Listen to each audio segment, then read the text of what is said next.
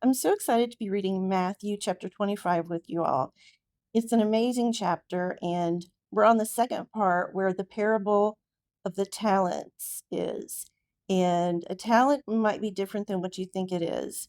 So please read along or just listen, and I hope you get something out of it. Thank you. Talent in the Bible is a unit of measurement. So when Jesus is talking about talents, he's not talking about musical abilities or mathematical skills. He's talking about a unit of measurement. Depending on how you counted it, a talent could be many years of labor of someone's wages.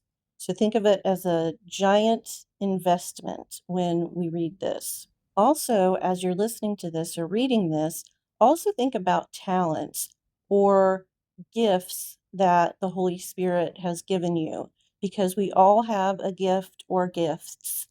So, what is your gift? How well are we using our gifts? These are some things to think about as we're reading through this parable. The parable of the talents.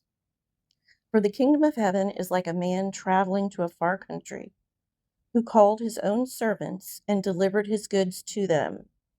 And to one he gave 5 talents, to another 2, and to another 1, to each according to his own ability. And immediately he went on a journey. Then he who had received the 5 talents went and traded with them and made another 5 talents. And likewise he who had received 2 gained 2 more also. But he who had received 1 went and dug in the ground and hid his Lord's money. After a long time, the Lord of the servants came and settled accounts with them. So he who had received 5 talents came and brought 5 other talents, saying, Lord, you delivered to me 5 talents. Look, I have gained 5 more talents besides them. His Lord said to him, Well done, good and faithful servant. You were faithful over a few things. I will make you ruler over many things. Enter into the joy of your Lord. He also, who had received 2 talents, came and said, Lord, you delivered to me 2 talents. Look, I have gained 2 more talents besides them. His Lord said to him, Well done, good and faithful servant. You have been faithful over a few things. I will make you ruler over many things. Enter into the joy of your Lord. Then he who had received the 1 talent came and said, Lord, I knew you to be a hard man, reaping where you have not sown, and gathering where you have not scattered seed. And I was afraid, and went and hid your talent in the ground. Look, there you have what is yours. But his Lord answered and said to him, You wicked and lazy servant, you knew that I reap where I have not sown, and gather where I have not scattered seed. So you ought to have deposited my money with the bankers, and at my coming I would have received back my own with interest. So take the talent from him and give it to him who has 10 talents. And then Jesus ends the parable with this in verse 29. For to everyone who has, more will be given, and he will have abundance. But from him who does not have, even what he has will be taken away. And cast the unprofitable servant into the outer darkness. There will be weeping and gnashing of teeth.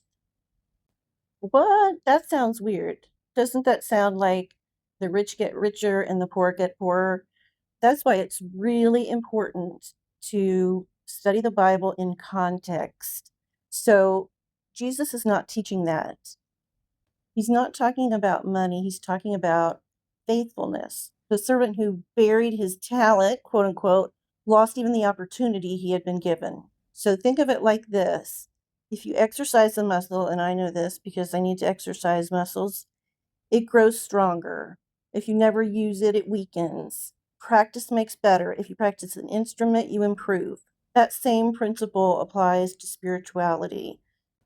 There are spiritual opportunities every day that go past us. So we want to pray. We want to pray that the Holy Spirit helps us to notice the opportunity to use our gifts, just to be more mindful of maybe that conversation we need to have, or those few words of kindness that will cost us nothing but may make someone else's day.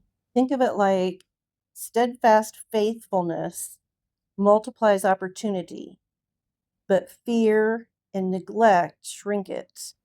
If you notice, Jesus didn't prioritize the two that had done something with their talents. He said to both of them, "Well done, good and faithful servants." This wasn't about the most successful, it's about responsibility and stewardship. Every day, God places something in our hands, a decision, a conversation, a kindness, a resource, an ability, an hour of our time. The question is not, how much do I have? The question is, what am I doing with what God has already entrusted to me? And that's difficult for a lot of us. It's difficult for me. And I pray every day for my eyes to be opened and my ears to be listening and for better ways to serve Jesus. That was a lot, and I thank you if you've listened. Let me know your thoughts. I'm certainly not a Bible scholar. I'm just a regular old lady reading the Bible. So I would love to hear your comments or insights. And I thank you for listening. If you're in America, happy 4th of July. This is Lori with Lori Tries Life and Messy Missy Ministries. Have a good evening. God bless. Till next time. Bye